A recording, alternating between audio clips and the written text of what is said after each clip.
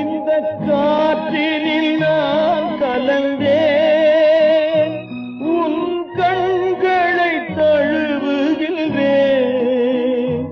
இந்த ஆற்றினில் ஓடுகின்றேன், உன் ஆடையில் ஆடுகின்றேன். நான் போகின்ற பாதை எல்லாம் உன் பூமுகம் காணுகின்றேன்.